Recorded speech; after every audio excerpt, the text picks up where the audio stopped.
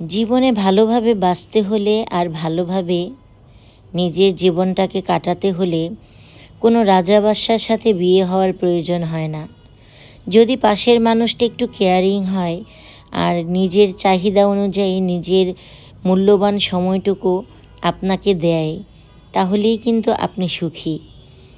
কারণ অল্পতে তুষ্ট থাকা মানুষগুলো খুব সহজেই নিজেকে খুশি রাখতে পারে। আমি কিন্তু খুশি থাকার জন্য এমন কোনো 5 স্টার হোটেলেও যাই না খাবার খেতে, বা এমন কোনো রিসোর্টে বা কোনো জায়গায় ভিআইপি কোনো ট্রিটও নিতে চাই না। আমার খালি ঘরে, একা ঘরে যদি আমি একটু গান শুনি, আমার একাকিত্ব দূর হয়ে যায়। আমি ঘরটাকে একটু সাজিয়ে গুছিয়ে নিজে পরিপাটি করে যদি নিজের ঘরটাকে নিজে একটু দেখি, আমার মনটা ভালো হয়ে যায়। তেমনি রাজা বাদশাহের প্রয়োজন হয় না, অত বড় টাকা পয়সাওয়ালা মানুষের প্রয়োজন হয় না, বা টাকা পয়সার প্রয়োজন হয় না যদি নিজেকে খুশি রাখতে চান। অল্পতে তৃপ্তি থাকা মানুষগুলোই কিন্তু পরিশেষে ভালো থাকে। আলহামদুলিল্লাহ, আমিও ভালো আছি, কারণ অল্পতে ভালো থাকা শিখে গেছি।